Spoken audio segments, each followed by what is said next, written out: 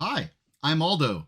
Welcome to Plays the Thing, the channel where I share my experiences prepping and playing tabletop role playing games. So, it's been a little bit rough over here recently, right? We've had a lot of strange scheduling and then illness a couple of weeks ago. So, our time at the table has been interrupted somewhat. But we were healthy this week.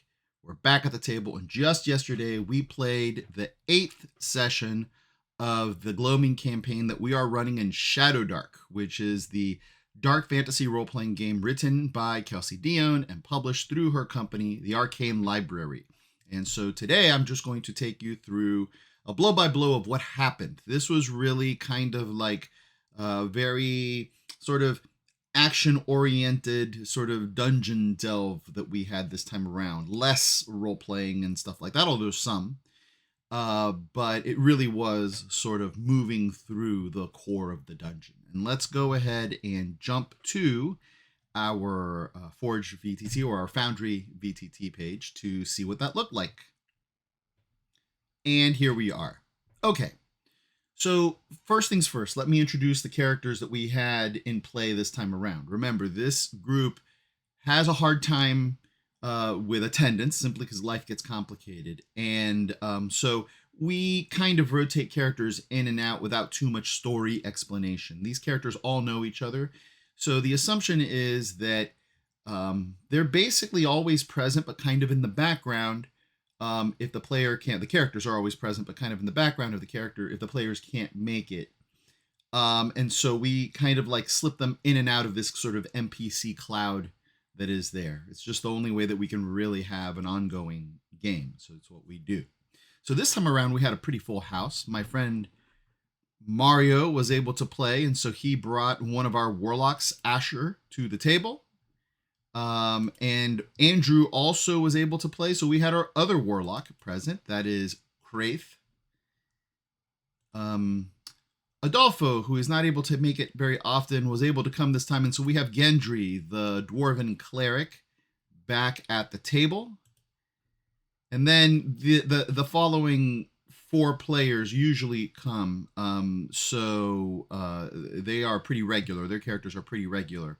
And those are Jason playing Renwick, the human wizard, Lauren playing Rowena, the human witch, Mike playing Ursula, the half-orc fighter, and Dan playing his newly created character, the bard Ren.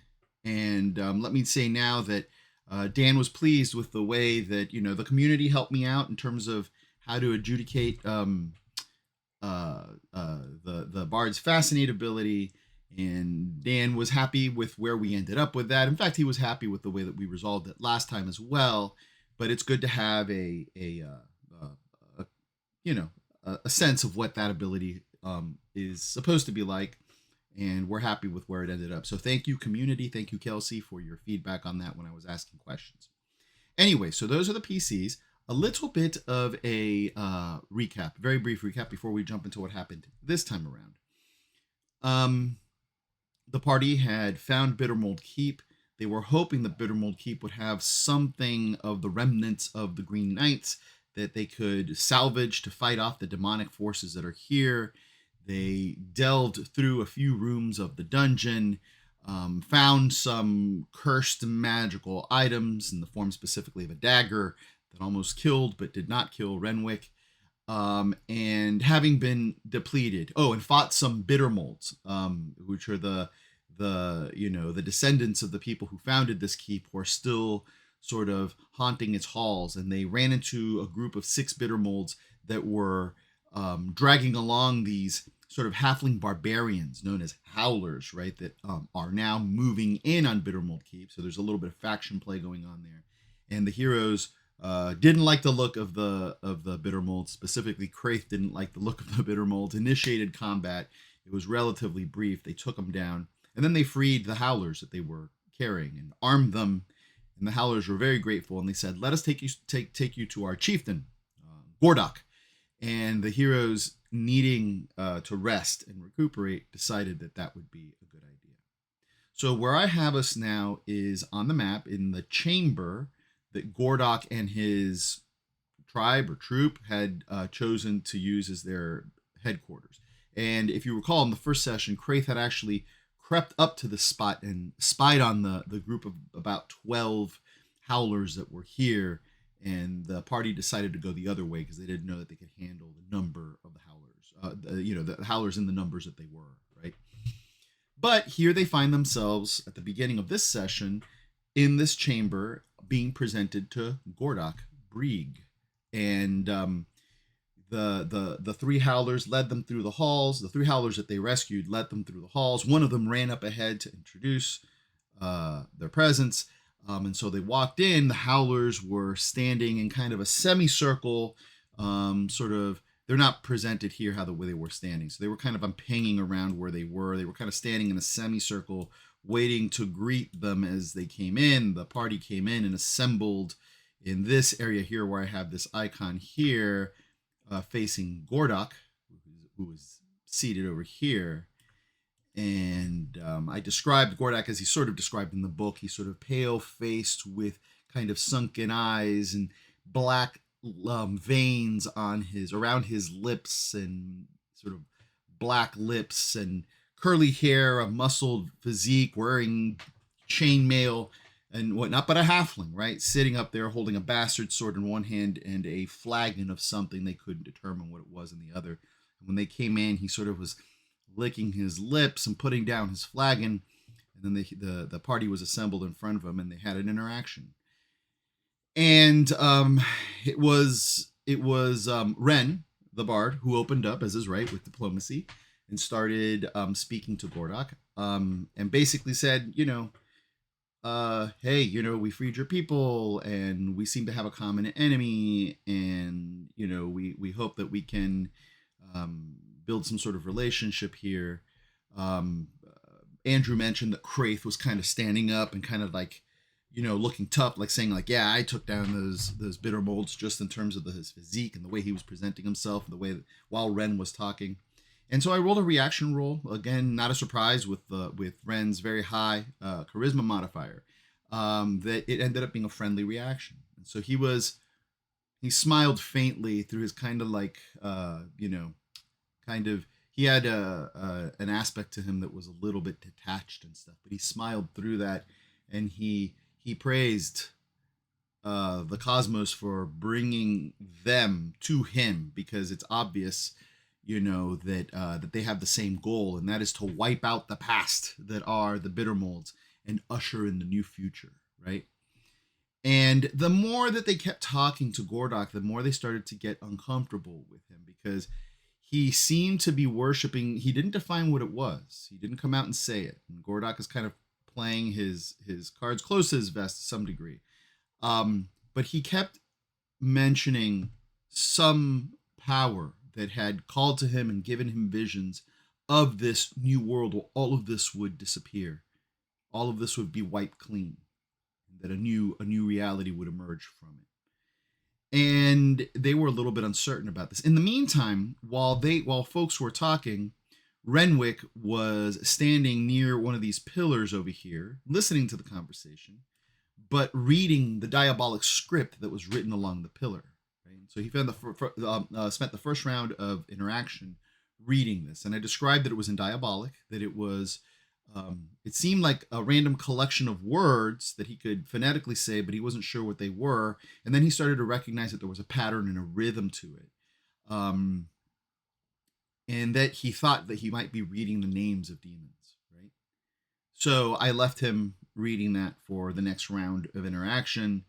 The other characters were basically just kind of sizing up everybody else in the room, all of the other howlers in the room, trying to get a sense of where the exits were, all of that.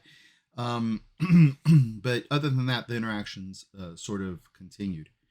When Ren said then that in the second round of interactions, Ren said that she was that they were here looking for the Green Knights, or remnants of the Green Knights, and Gordok looked slightly disappointed of that. It didn't change his friendly rating, right? It's not like I'm rolling an interaction check with every sentence it's uttered, but he did seem sort of disappointed at that. And then that's when he said, the Green Knights, your mind is still in the past. The Green Knights are of the past. They are of no consequence here. What matters is the future, And he sensed something in Ren. And I told Ren actually the previous, because then that's right, he had ended the last round of interaction by saying, what brings you here? Looking at Ren intently. Apparently he recognized something kindred in her because when he said it that way, the whispers that Ren has been hearing, right? Because she has the drawn background. And she, Dan had said that she had been having whispers. And I mentioned that the whispers resumed in her mind when he said that. And then that's when she mentioned the Green Knights. And then he looked disappointed. He's like, no. Your mind is clouded by these things of the past. You need to be thinking of the future. You think of we were called here for something greater. And then it was Gendry who spoke up and he said, well, then I guess, I guess our mission here is done then. If there's no mention of the Green Knights, I guess we should be moving on. And then Gordok looked kind of like, no. And then it was Rowena who said something. I forget exactly what she said, but she threw in something at the same time, more or less, as Gendry. And both of those things seemed to suggest that they should not stay. And then he was like, no, you were called here for a reason. And that's when Ren said, well, to be true, kind of admitted to the party, I have been hearing voices that did draw me to this location. And again, after the second round of interaction, I told Renwick that as he was reading this diabolic script, that he started to smell brimstone. And then Jason said, okay. Renwick stops reading.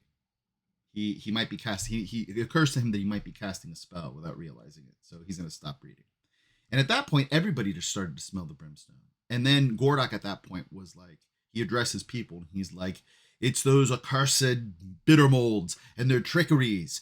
He's like, they stealth from the shadows to take our number, but do not be fearful. The future is ours. We will dominate, We will be victorious here.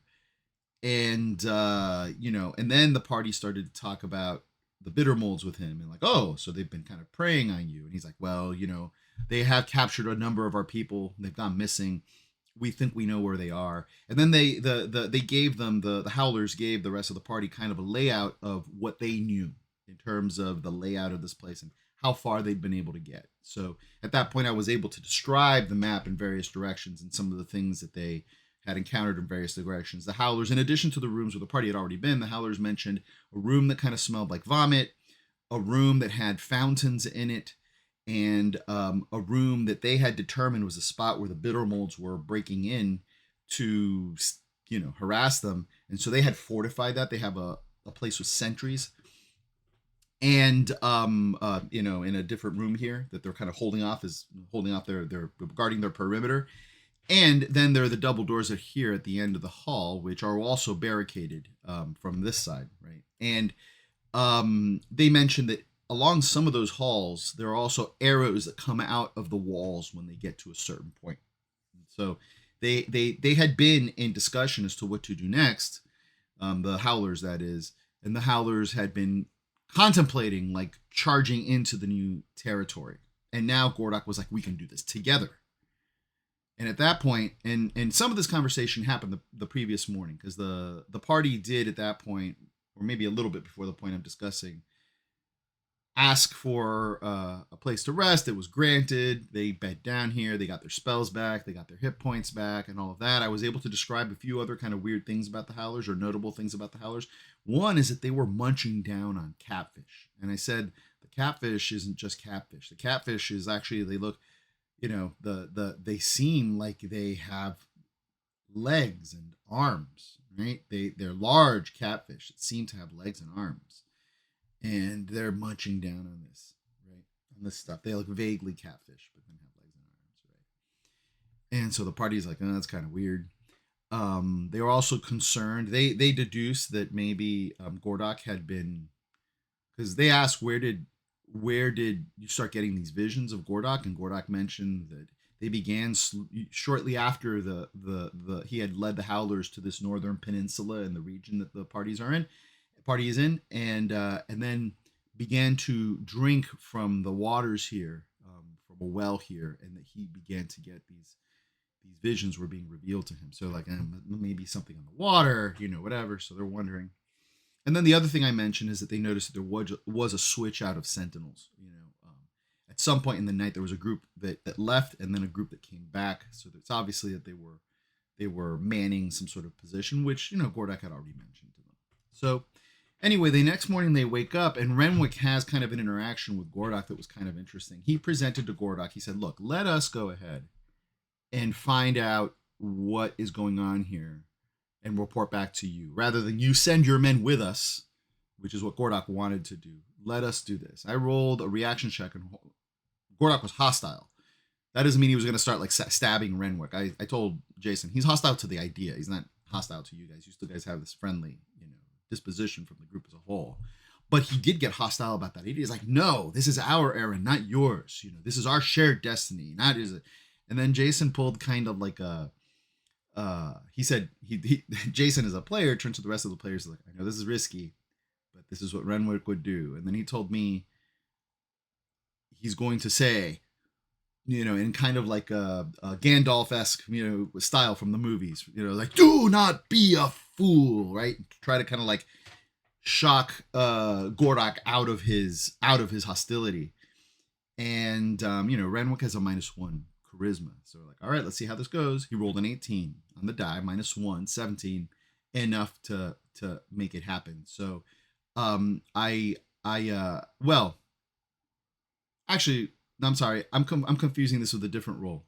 I didn't have him roll a charisma. It's a -1 to the 2d6 roll that I rolled, right, for the reaction check to see how he reacted to that.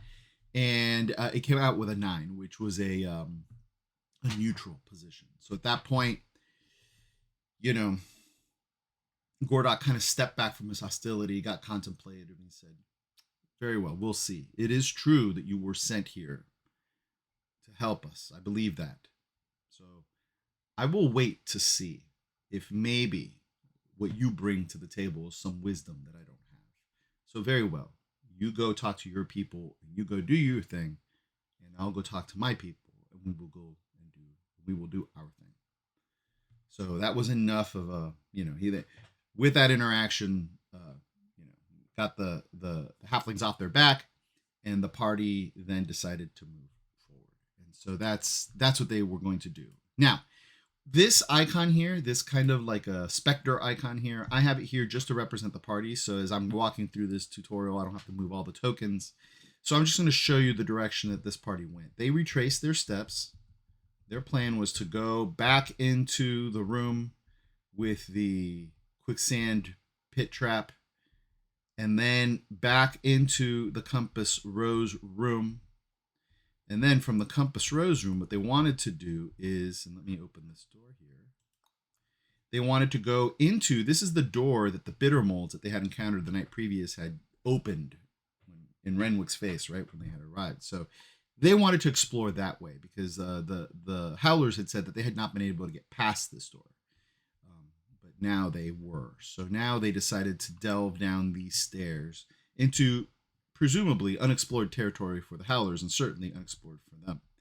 And they ended up in this room that was kind of like crumbled and gave way to this natural cavern. They could hear that up ahead there was a flowing stream. Okay. And they opted, after kind of exploring the very edge of this section here for a moment, they opted to go this way. And this is where one of the first big kind of action encounters in this adventure happened. So, oh look, there's Gendry's token. I'm gonna delete it for reasons. Okay. All right, so they got to about here. When they got to about here, I told them that they, as their torchlight illuminated this room, that they heard some kind of frantic splashing sounds coming from up ahead, and they could see the edge of a pool over here. And I said, it sounds like multiple people or creatures or beasts or something are splashing into the water. And they stepped forward. I think it was Renwick who was leading at this point with a light spell. He stepped forward, and I said, you could see the ripples in the water. right? So something just jumped into this pool. So they kind of briefly talked. I also Asher Mario asked me on Asher's behalf, like, are these skeletons? And I'm like, yeah, they're skeletons. You know, they're bones, not skeletons. They're bones. He's like, I want to inspect those. So when, you know, we're moving in initiative order here, right? So when we cycle back up to the top, Renwick has initiative first, and Renwick is like, we don't need to mess with this. I'm not interested in this. I want to go back and look at the fountain room that was described to us by Gordok. And so he turned and started walking away, right? And I'm like, oh, okay, is everybody going to bundle their action with him and go? And everybody said yes, except for Mario, right? Mario said no. Asher's going to kind of remain behind, and he's going to go. And at this point, Asher had cast light on his shield, so it's this kind of like lightsaber red light that emits from his shield. And he said, okay, I'm going to stay behind while they are going over there, and I'm going to inspect these bones. And Gendry opted to stay with him. So the two of them stayed behind, while the rest of the party marched off in the other direction. So, several things I had to determine. One, do they find anything or not? And I determined that they would get a roll on the lowest end treasure table of the ShadowDark book for treasure, which, if you look at that table, there are a lot of options for really crummy results that basically are just trash, no treasure. But then there's options for some, you know, some pretty nice treasure. So I said one of them is going to find something. I didn't know who. I rolled randomly to determine who gets to roll on the treasure table. It turned out to be Asher. But they were both over there kind of scraping away at the bones. And then Mario rolled. He rolled an 80, and he ended up with an idol, a golden idol with a ruby of the face of a man clenching a ruby in his lips. And not his lips, in his mouth and his teeth. And Asher greedily grabbed it and stowed it away. And at that point, I also had to make another determination, because I did tell folks that there was splashing here in the water. Now, that splashing was from the catfish folk, right? The same catfish folk that the halflings are eating, right? So they have reason to be wary of people who are coming into their territory. They also have reasons to be looking for allies, right? So I figured that a pretty straight up roll on the reaction table was a good way of determining how these guys were going to react to the presence of these strangers here, especially since the strangers weren't going away. If the strangers had left, they would have just been content with that. But since they were lingering, they were having a conversation like, what do we do with these guys? I rolled a 2, so hostile. So Gendry, who was scraping away when Asher stowed away his treasure, I had Gendry make an intelligence roll to see if he noticed, Asher kind of like taking something and hiding it. And he failed the roll, so he turned around, just noticed Asher kind of like, cleaning his hands, like clapping his hands to kind of like get rid of whatever was on them. But then I said, and you see at the edge to Gendry, you see at the edge of the light that Asher's shield is casting, you see these shapes creeping out of the pool. You notice them coming at you. And then we're in initiative order, right? So I determined an initiative, and the way that for the catfish, the way that worked out was that Gendry moves first, then the catfish, then Asher, right? So it's Gendry's go, and I'm like, what do you do? And I'm assuming for reasons of being loyal and supportive of the party, his party member and stuff, Gendry holds his action. Rather than run, say, come on, let's get out of here and run. He decided to hold his action and wait for Asher to be able to go. At which point, recognizing that they've been made, right? Seeing from Gendry's actions that they've been made, the catfish people attacked. The mutant catfish attacked. Okay, 2 of them stood up and fired barbs from their arms, which unfortunately one of them hit Gendry. Maybe two of them hit Gendry. I think no, it was one each. So one of them hit Gendry, and Gendry fell. Okay, roll to see how many rounds Gendry would have to live. 2 rounds. Okay, at that point, Asher, and then the others. There were 2 that shot barbs, and then there were others that rushed to attack Asher. Only one of them could meet him at that point, and attack. The others were a little too far away to do a near move and attack, and so they started trading blows. And at that point, Asher yelled down the hall like fish people, hoping that somebody else would hear them. Now, they were on their own initiative moving, and the last one on that initiative order, the only one who had an initiative that was lower than Asher's, was Ursula. So Ursula hears them calling out, right as she was about to go up the stairs to go up to the fountain room, and in alarm said they're in trouble, and double ran back down the stairs and into this room. So by the time that we got down to here, Ursula was able to run and stand next to Asher as the catfish folk, or the mutant fish men, started to press their attack. Right now, I'm not going to go blow by blow on this. This is kind of the basic setup. What we had here, there was trading of blows between all the players involved. The other players started to run down, to join the fight, but they were moving a little more slowly because they were taking the time to cast like mage armor and light. I think one of them needed to cast light and other things like that. So they were preparing themselves for combat. Kraith was able to get here just after Ursula, and then the others were kind of trailing behind. Okay, what happened in the course of that battle are a few things. First of all, Asher got taken down by the catfish people. Ursula was fighting and took one down. Saw that Gendry, we had gone through a couple of rounds. Gendry did not make his bounce back roll. He needs to roll a natural 20 to bounce back with 1 hit point. Failed the first round, failed the second round. Ursula, looking over and seeing Gendry like cough up blood, was like, no, we're losing him. And she ran, like she kind of disengaged from her enemy and ran to see if she could like pull the barb out of Gendry and do a quick kind of stabilization roll on him so that he wouldn't die. Based on her actions, like the catfish folk they were surprised by that action. They kind of stepped back as she jumped on her friend to try to save him. And unfortunately, she failed. And by the way, most of the characters have a luck token, right? So Gendry used his luck token, trying to make the roll a second time and failed. Ursula used her luck token for the night to try to stabilize Gendry and failed on both rolls. And so sadly, Gendry passed away. It's our second character loss in the campaign, right?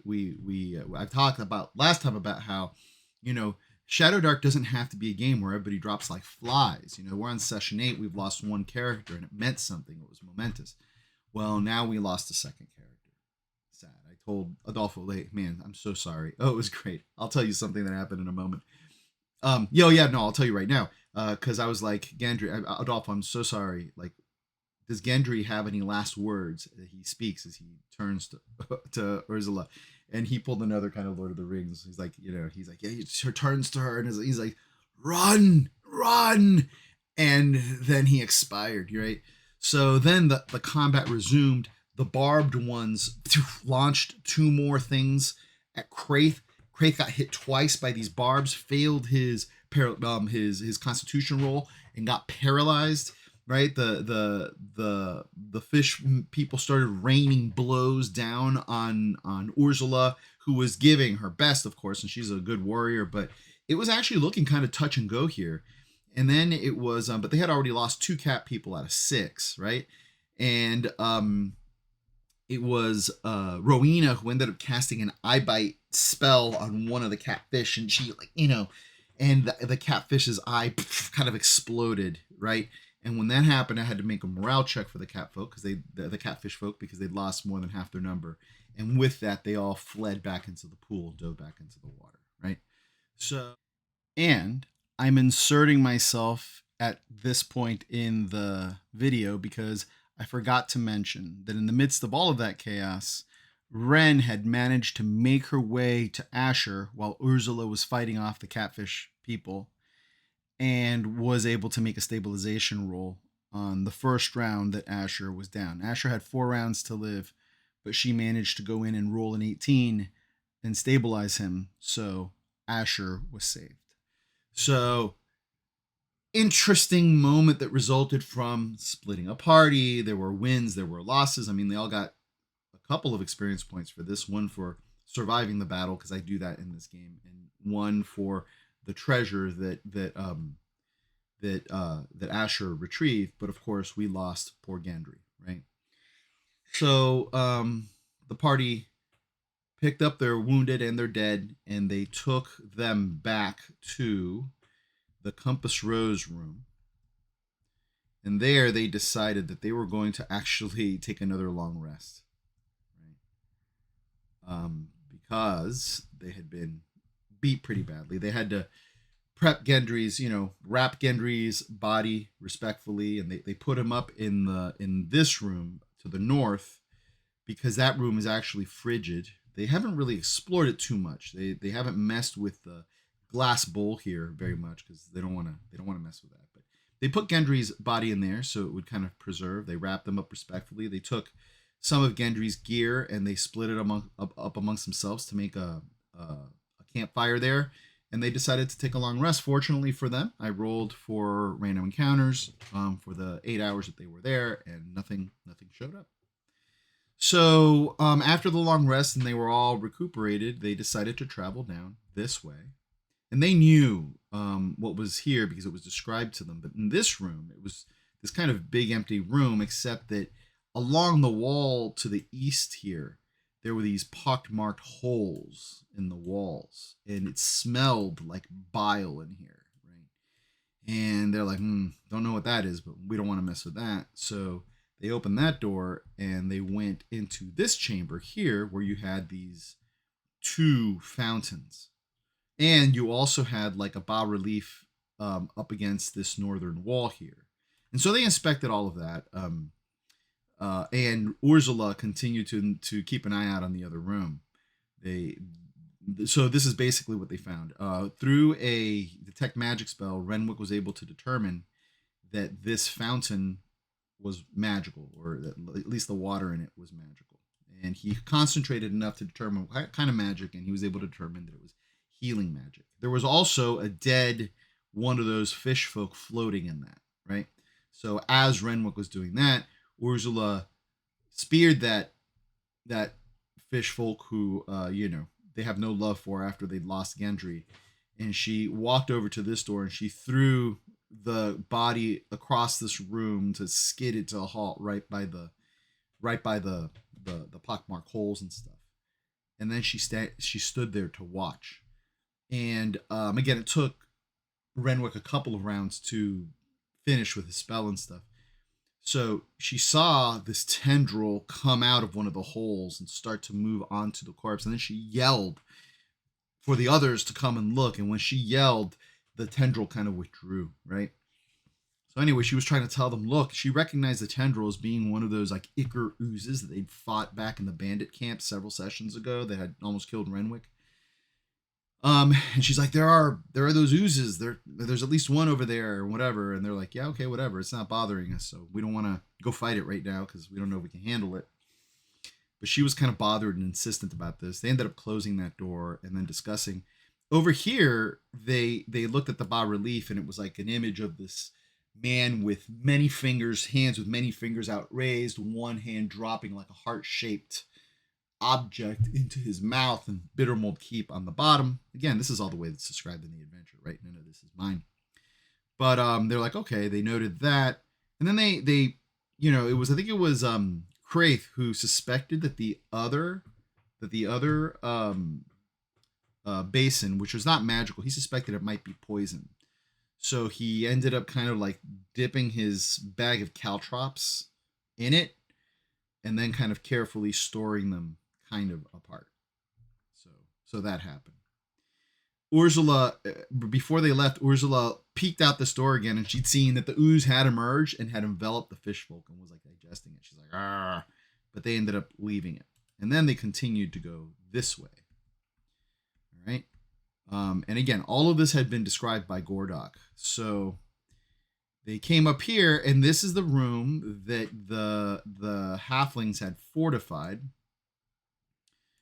Because beyond the doors to the west over here is kind of the edge of the territory that they'd claimed. And the halflings explained that if you go, and I'll move the token over there so we can see it, but if you go north and to the right, you get hit by, kind of hit by these arrows that come out of the wall. If you go south on this hall, you also get hit by the arrows that come out of the wall, right?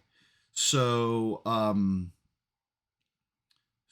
they, they're like, okay, duly noted. But going forward, there was nothing. The halflings had not gone that way. So the party essentially decided to go that way.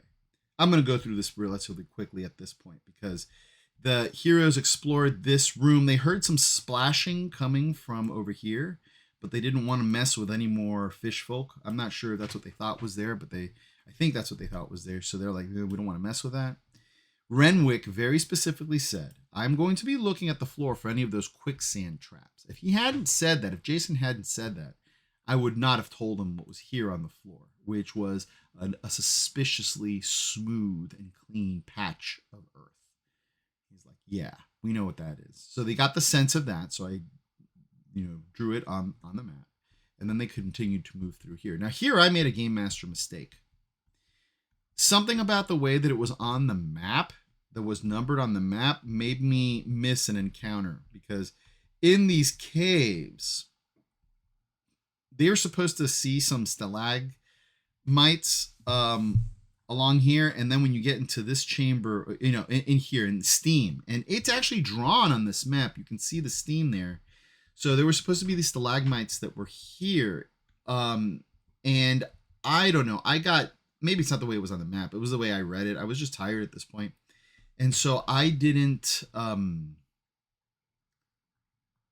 I started describing the stalagmites with the kind of like steaming kettle kind of sounds and the rattling sounds a little too late. I started describing them when they entered here. And then it was only once their tokens were already in that room that I was like, oh, that was supposed to happen in this other hall. And based on my descriptions here, I can't make this encounter happen. So the party, because of my mistake, didn't have this Tarbat encounter that was here. So that's fine. No big deal. It was getting kind of late anyway. They emerged into this chamber, which was nothing really special about except the door to the south. And then this is where things got the second big encounter of the night in the last one. So they enter this room, and as described in the module, there are these it's a room that's covered with with mushrooms. There's big mushrooms and small mushrooms. It's kind of a carpet of mushrooms. It's growing out of the ground. And when they step on them, right, and they were suspicious of the mushrooms, so they kind of like covered their faces with handkerchiefs and stuff, and to make sure no what do you call it, spores or anything like that got into their system. But as some of them tentatively stepped into this room, oh look, there are their tokens from last night. Okay, as some of them tentatively stepped into the room, they noticed that like when their feet would crunch on mushrooms and lift and move on, the mushrooms would kind of like regrow, right? They'd re-sprout. And then I described this wall as kind of bubbling, right? It's like the wall is roiling and kind of bubbling and stuff. And they're like, we don't want to have anything to do with that. So they didn't get it at all close to that or inspect it or turn their attention to it. They're like, we don't want to have anything to do with that. And the party all kind of moved in. Now, Rowena, who has an affinity with mushrooms, and it's kind of an affinity with nature, and it's kind of an intuitive sense, right? Again, she was found in the hollow of a tree as an infant. So whether she was born from the forest or something, we don't know. But she said, I want to inspect these closely. And I described them. I said, to your eye, they look, you can't tell for sure, right? But they look healthy to you. They look nutritious and robust little mushrooms. They have an affinity with other mushrooms that you have encountered out in nature, and you'd feel good about those. And there's something kind of like kind of appetizing about these. And so then Rowena was like, I was about to move on to the initiative order. In fact, I had just moved on to the initiative order, and she's like, can I taste one? I'm like, sure, you can. You can. So she popped one in her mouth, shaded. It's like, it does. It tastes good in the way that mushrooms taste good, robust, savory taste, and all of that. Make a constitution check. She failed the constitution check, and she started tripping. She started having seeing these neon lights and stuff like that. And she kind of backed out, and she started like just tripping. And it was actually kind of sweet because Renwick, who she's usually looking after Renwick, right? And we talked about that moment they had in the last time. This time, he's like, it's going to be the other way around. Renwick is going to sit with her and be with her as she's going through this experience. And he's like, all right, let me take care of you. So he was kind of his attention was kind of taken up by her, while the rest of the party kind of moved through the rest of the room. And when they got down to this door down here, they noticed that if they looked down this hall, when their light shone down the hallway over here, they noticed that there was a statue. And it was definitely a statue. Stone, rigid, in a kind of like it was of a beautiful woman in a kind of like a resting pose. And she was just kind of floating, right? With a shimmering air around her, but she was just floating in midair. And they spent a lot of time like walking down the tunnel, but not going into the room. And they noticed that there was a plaque on the bottom of the statue. The statue was just kind of floating ever so gently, bobbing, slightly tilted to the side. And it was Ren who went up and kind of like from a distance, trying to make out the name on the plaque. And eventually she was able to kind of make it out without stepping into the room. It was Rosemary Bittermold, right? One of the original residents of this place.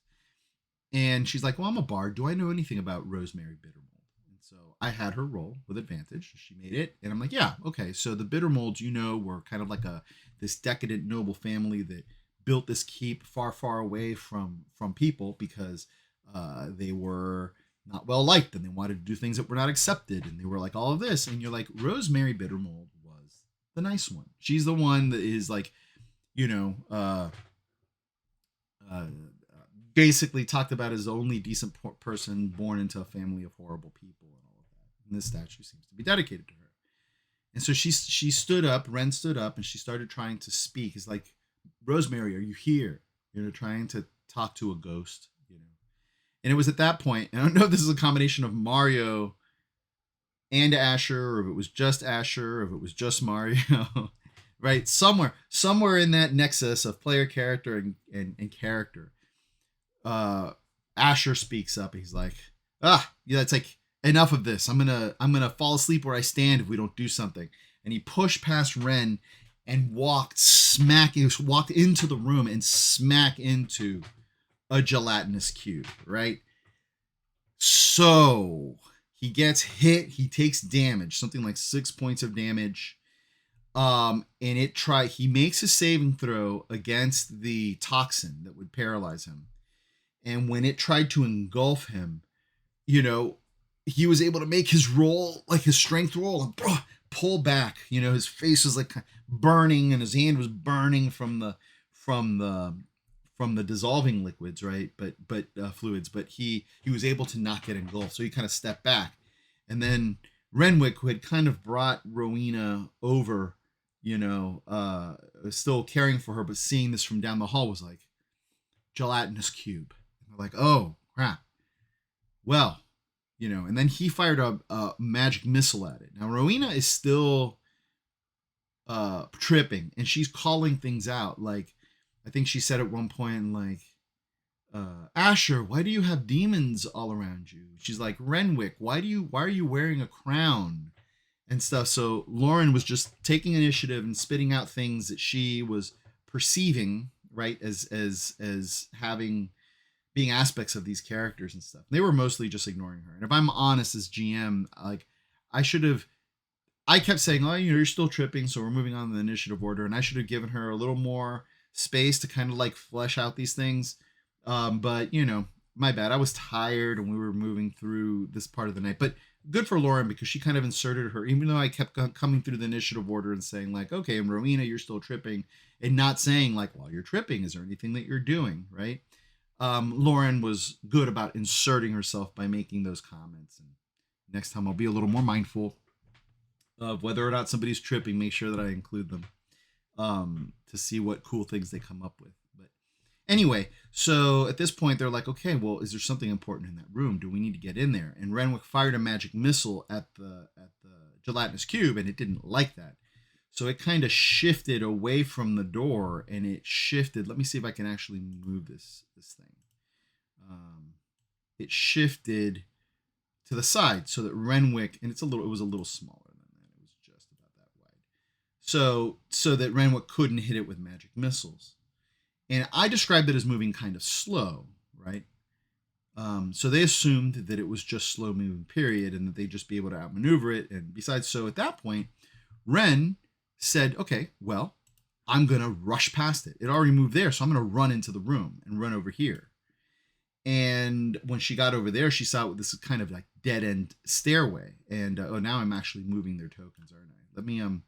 Let me bring, where's my, did I delete the, oh, well, whatever. I have their tokens here. I think I deleted my stand-in for the party, which is fine. So, like I said, she moved over here and saw that there was this like thing. So she quickly ducked in there, but, she saw, oh, there's nothing else here. And then on its initiative,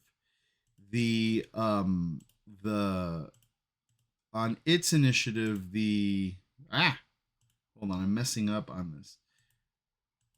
On its initiative, the cube moved over here, right? So it was blocking Ren from leaving that little space. And so then they're like, what do? We need to draw it in some way, right? Renwick tried casting a magic missile at some point, and his spell fizzled out, so no more magic missile. So Ren started like shooting at it with her crossbow, marking off the ammunition, but it wasn't having much effect. This thing takes half damage from attacks and from non-magical attacks, like from a lot of attacks, and she was just having minimal effect.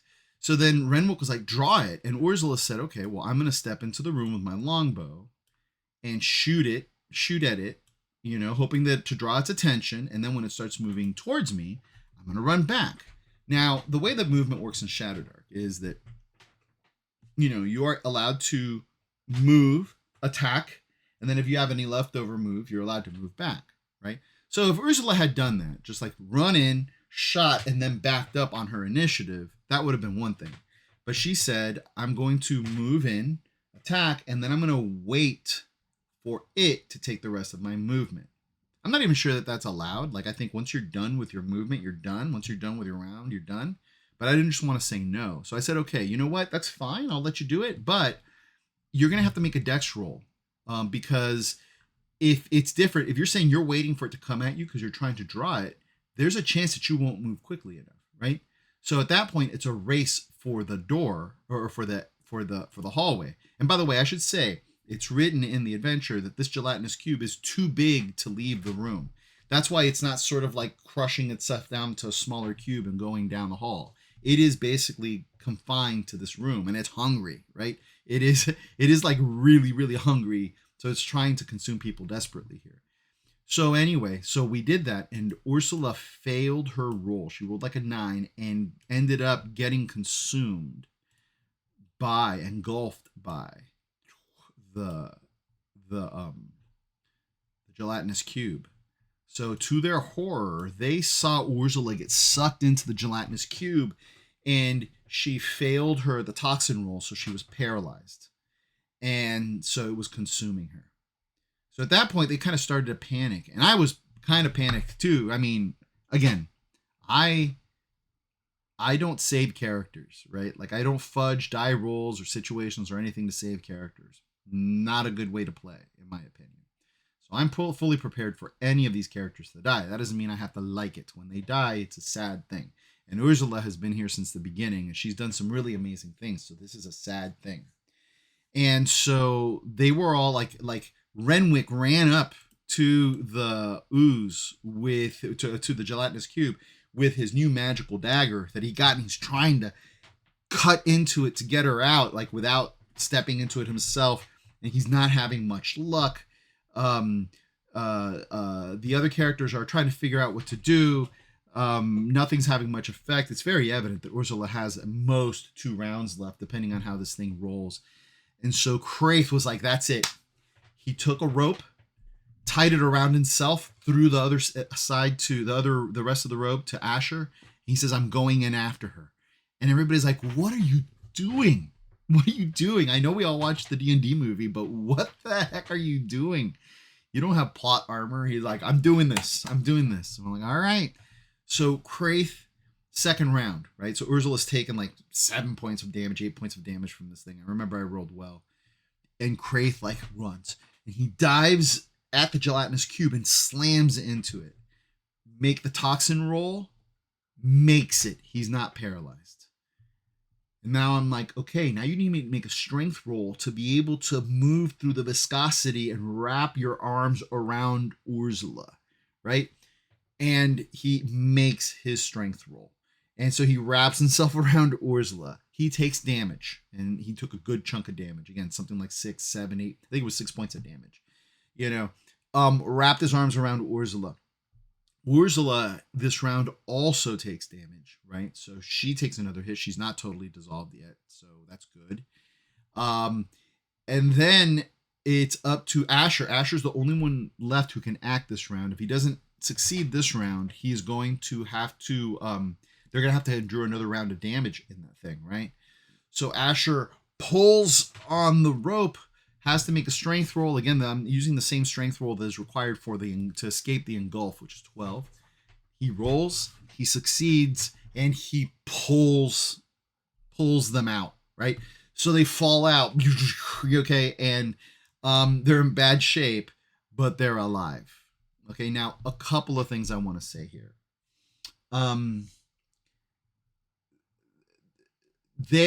Ursula didn't have any luck tokens left, right? Because you can only have one. You have to have luck or you don't. It's kind of like inspiration in Dungeons and Dragons. Ursula didn't have a luck token. She had used that trying to save Gendry earlier.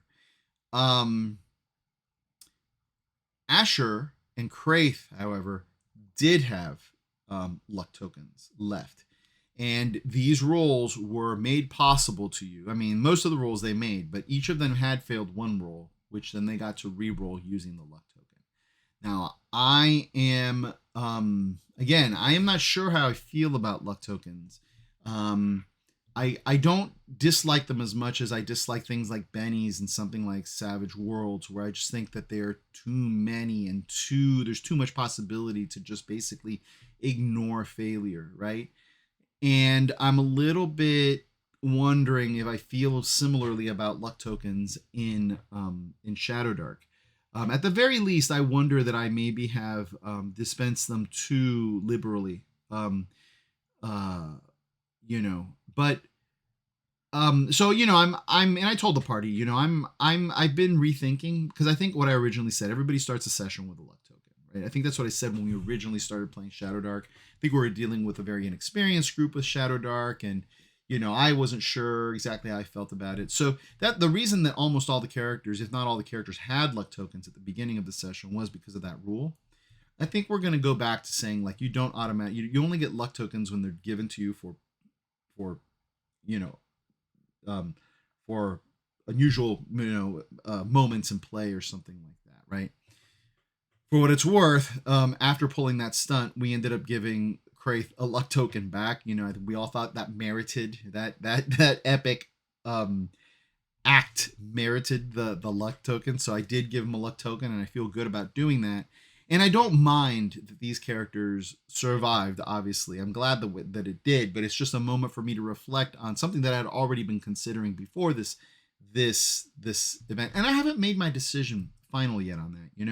Let's, the truth is that the players and the characters do have a sense of danger. We have lost 2 party members, and it's been 8 sessions, but we have lost 2 party members.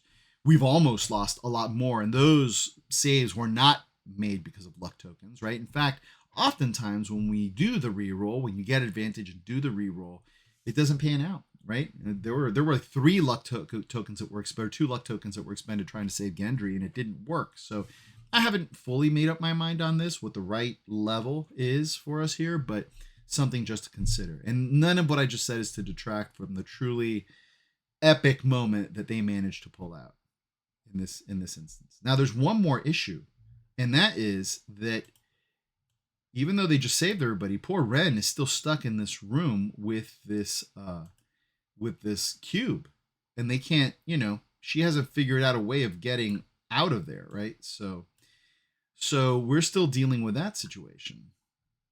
And I thought that this was really cool too. Andrew was on last night. So Andrew's like, wait a minute, these mushrooms, they made Rowena trip and lose her mind. Maybe they would have a similar reaction to the, a similar effect on the gelatinous cube. And so they started cutting up, because in the map that's drawn here, there's some really big mushrooms. So he started like cutting down some of those big mushrooms and like stuffing them into the gelatinous cube, right? And I'm like, you know what? Yeah, man. And somebody was like, maybe they have only mitochondria, and so they wouldn't. These are magic mushrooms anyway, man. Like, I don't care. They're about to make a gelatinous cube trip. That's cool. So they stuffed the mushrooms into the gelatinous cube. I had it make a constitution check. It failed. And so the gelatinous cube started to kind of like shake like jelly and stuff. And then it started to kind of meander throughout the room and stuff. Not too far from where it was, but it started to kind of meander in such a way, moving back and forth and forward and back and all of that, left and right, forward and back. And I'm like, Ren's like, I'm going to wait till I have a clear line of sight and I'm going to go. And I'm like, well, you're never going to have a totally clear line of sight. It's moving kind of erratically, so you don't know what point it might like move back suddenly, but you certainly have opportunity. It's going to be another dex roll. And so she made her dex roll and managed to slip past it as it was kind of swaying side to side. And Ren then rejoined the party.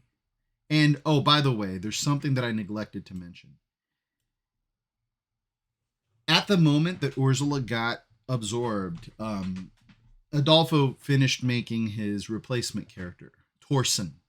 And Torsen is Gendry's twin brother, who is also a cleric. Fair enough, right? So, while we were playing, he was making his character. And, and at that point, it was right at the point where the gelatinous cube fight started that he was ready. So I said, look, that's fine. It's good that you made his brother. You were looking for him in the region. You got word from some fishermen at Marin's Hold that they had left and deposited him, in this peninsula. You paid them to take you there. You found Bittermold Keep, and you came in through a different entrance.